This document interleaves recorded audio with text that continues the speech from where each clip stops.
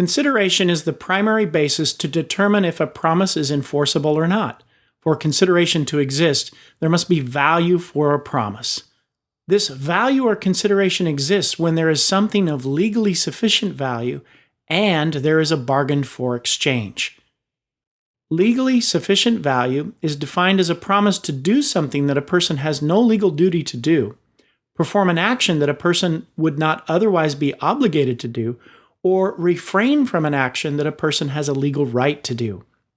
A bargain for exchange defines the reason for why a person giving a promise and a person accepting a promise would cause each to be motivated to enter into the legal obligations.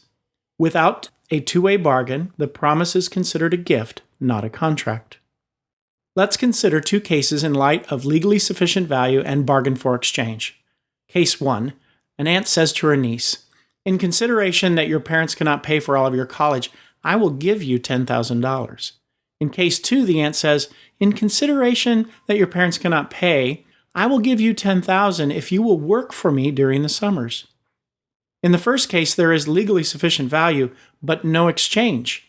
The aunt is offering $10,000, but the niece does not have to do anything. Therefore, the aunt is gifting her the $10,000. This is not an enforceable contract should the aunt decide not to pay. In the second case, there is sufficient value, and it's a two-way bargain. The niece is giving up the opportunity to work for someone else or play during the summer in exchange for $10,000. This would be sufficient consideration for enforcement should either side fail to meet their obligations.